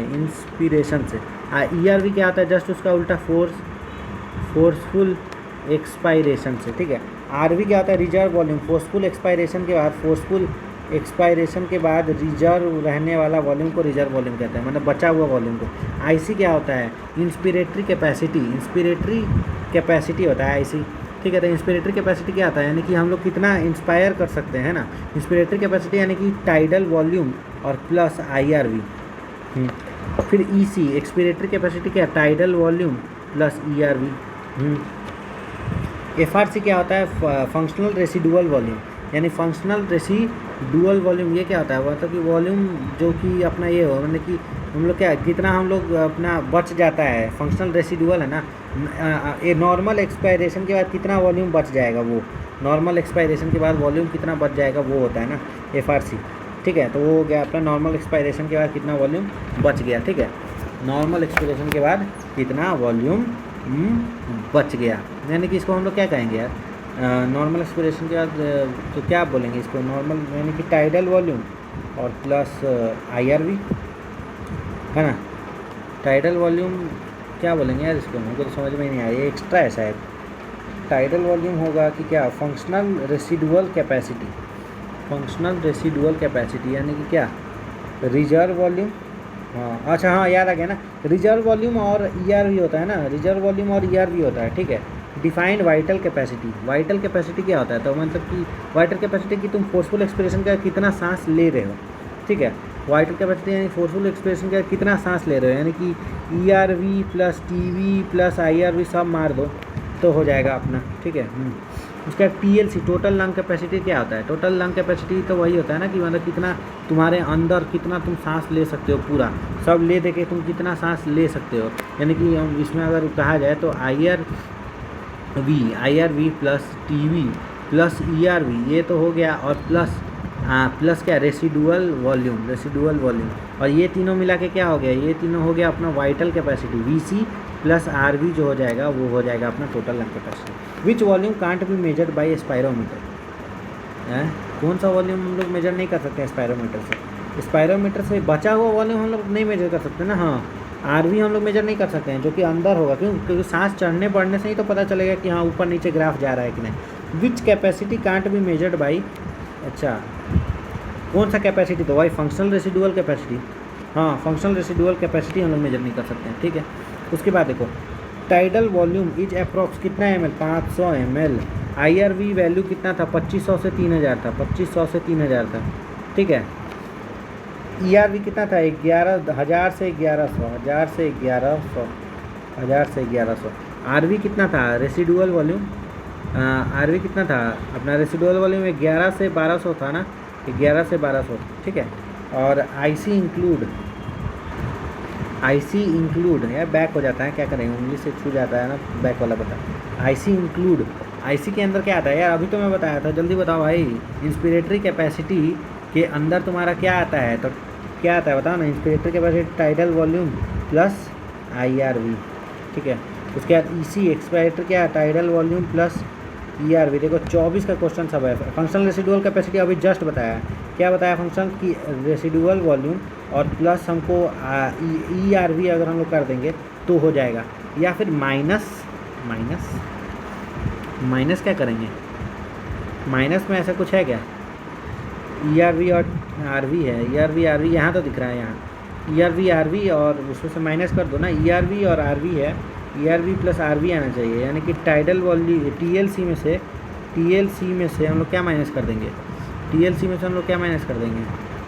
टीएलसी में ये दोनों माइनस कर देंगे, दो को माइनस कर देंगे, कौन सा, आईआरवी मतलब TLC minus IRV minus TV is equals to क्या आ जाएगा, ईआरवी प्लस आरवी, यानी कि क्या, फंक्शनल रेसिडुअल कैपेसिटी, यानी कि टीएलसी माइनस ये क्या है, आरवी और टीसी क्या होता है, आईसी होता है ना। हाँ, तो टीएलसी माइनस आईसी हो जाएगा, और ये होगा कितना, लगभग अप्रॉक्स होगा कितना, एफआरसी।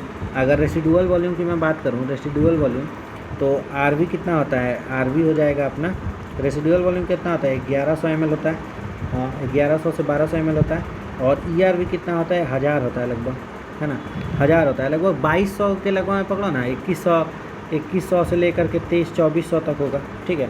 उसका वाइटल कैपेसिटी के अंदर क्या आता है, वाइटल कैपेसिटी मैं अभी बता चुका हूँ जस्ट, कि ERV plus TV plus IRV को मिला के हम लोग वाइटल कैपेसिटी कह देते हैं। टीएलसी क्या होता है, टोटल लंग कैपेसिटी, तुरंत बोला ना कि वाइटल कैपेसिटी और प्लस क्या कर दो, रेसिडुअल वॉल्यूम, हो गया तुम्हारा टोटल पूरा ख़त्म। और अब मज़ा आ गया भाई, 1 घंटा 13 मिनट का वीडियो है, लेकिन भाई साहब हर एक चीज़ बहुत इंपॉर्टेंट क्वेश्चन के साथ हम लोग कर लिए भाई, 60 क्वेश्चन कर लिए, सोचो 60 क्वेश्चन एक लेक्चर, 60 क्वेश्चन, सारा इंपॉर्टेंट क्वेश्चन, ये सब कुछ है। तुम कहोगे तो मैं अगली बार PYQ भी करा दूंगा, ऐसा कुछ नहीं है कि PYQ नहीं करा सकते हैं, सब करा सकते हैं, कोई दिक्कत नहीं है। इसके बाद हम लोग करेंगे क्या, एक्सचेंज ऑफ गैसेस वाला पार्ट, ट्रांसपोर्ट ऑफ गैसेस वाला पार्ट, और रेगुलेशन ऑफ रेस्पिरेशन, यानी कि बहुत, अब आधा ही चीज़ बताया, आधा चैप्टर हो गया। सोचो 1.5 घंटे के अंदर, यानी कि 1 घंटा 13 मिनट में तो हमारा क्वेश्चन के साथ आधा पोर्शन खत्म हो गया। 50 मिनट में तो हम लोग कर लिए थे आधा पोर्शन का ये पूरा थ्योरी, और थ्योरी के बाद तुरंत क्वेश्चन लगाना चाहिए भाई, तुरंत, ये इंतजार नहीं करना चाहिए, तुरंत क्वेश्चन लगाओ, फिर उसके बाद तुरंत क्वेश्चन का फिर रिवीजन भी कर लो अगले दिन, तब तुमको फ़ायदा होगा, समझे। तो चलिए इस वीडियो को करते हैं एंड थैंक यू, जय हिंद जय भारत। मज़ा आ गया भाई, एकदम कतई जहर लेक्चर था, मज़ा आ गया, थैंक यू।